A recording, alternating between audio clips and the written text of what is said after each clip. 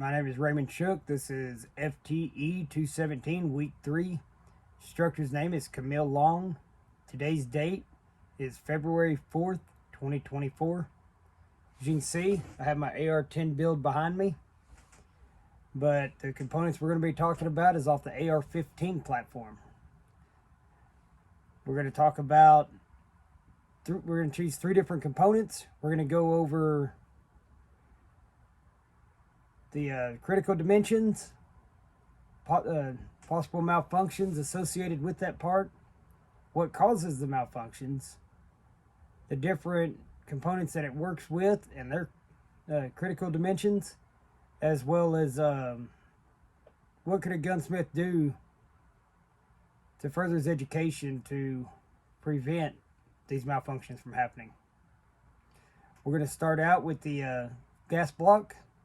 These come in 0.750 for the barrel sizes. It's 0.750, 0.875, 0.936, and 0.625. The gas tube holes normally are, from what I found on most of mine, are 0.1805 for the gas tube hole. Some of the possible malfunctions that you can get from these is failure to extract and failure to eject.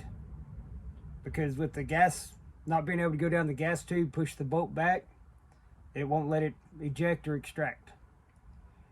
Some possible causes of that, you can end up with a plugged gas tube from too much carbon buildup and not enough cleaning. As the gas, it'll come up, not sure if we get this on camera, but there's a little hole inside of here. And what it does, it feeds the gas down the gas tube back to the boat and pushes the boat back. Some of the stuff that another issue is gas erosion or gas leakage. That happens when they don't get the gas block and the hole in the barrel lined up right. And by not doing that, it allows the gas, it forces the gas to go somewhere and it leaks out around the gas tube in between the gas tube, around the gas block, in between the gas block and the barrel. Some of the stuff that this works with is the boat carrier group and the barrel. The barrel, as you know, they come in many different sizes, shapes, dimensions. It'd be hard to cover all the critical dimensions here. The boat carrier group, the main thing we're going to focus on it. I took the boat carrier out of the AR-10 for this, just for an example. You have the boat carrier key. What this key does is when it comes, the gas tube sits right inside of here. As the gas comes out of the block, it pushes the gas down the tube. The gas goes in here, pushes this back, and as it's pushing it back, it lets it extract and eject. All right, the next one we're going to go over is the firing pin. The firing pin, the protrusion on them should be no more than 0.028 to 0.036. The overall length of a firing pin should be 3.297, and the width of the tip should be 0.595. And there's a reason for that, and I'll get to it here in a minute. Possible situations with this: failure to fire. That happens from a broken firing pin, which can be due to hard hammer strikes or just wear over time. The different things that it operates with is trigger groups. Once again, just like the barrel, there's so many different types of trigger groups.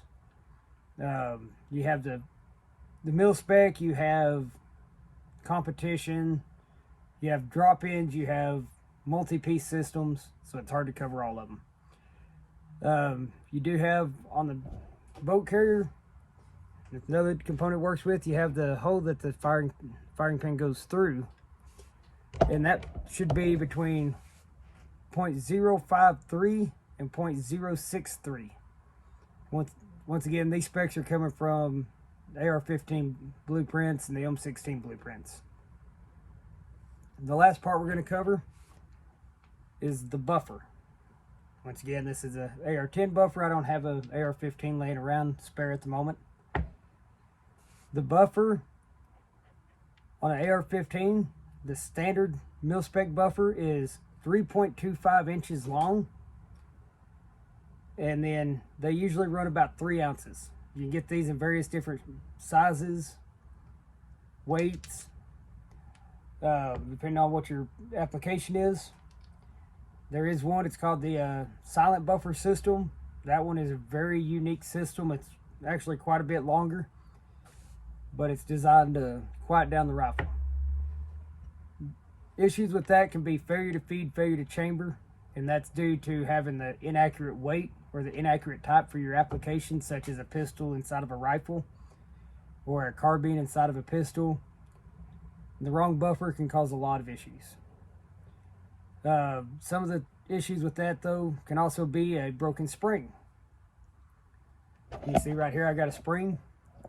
When these springs break, it don't allow it to have the proper tension to push it back into battery. The spring, these on average, they're between like, I think I've measured in the past between 10 and a quarter. And I think the longest one I've had was like 11.1 inches.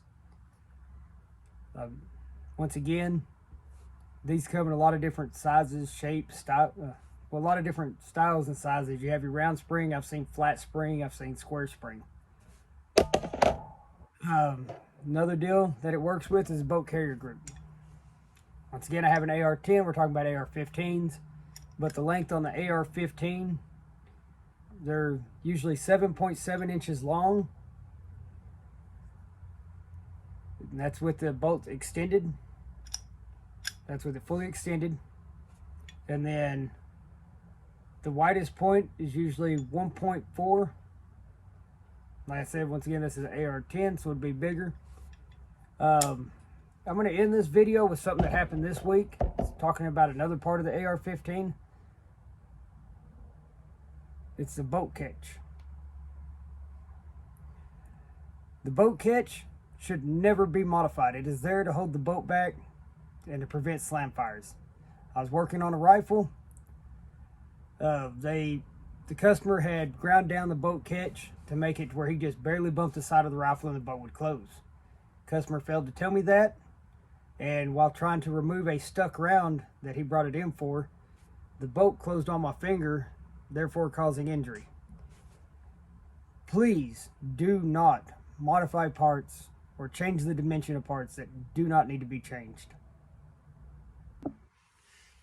The best way to prevent any of these malfunctions that were aforementioned or multiple other malfunctions is to get properly trained. Go take build classes, programs such as SDI, Sonoran Desert Institute. There's a bunch of others out there that offer online classes. But the main thing is training, training, training. The more training you get, the least likely you are to make mistakes that can cause malfunctions. Some of these malfunctions, even especially with AR-15s, can be catastrophic.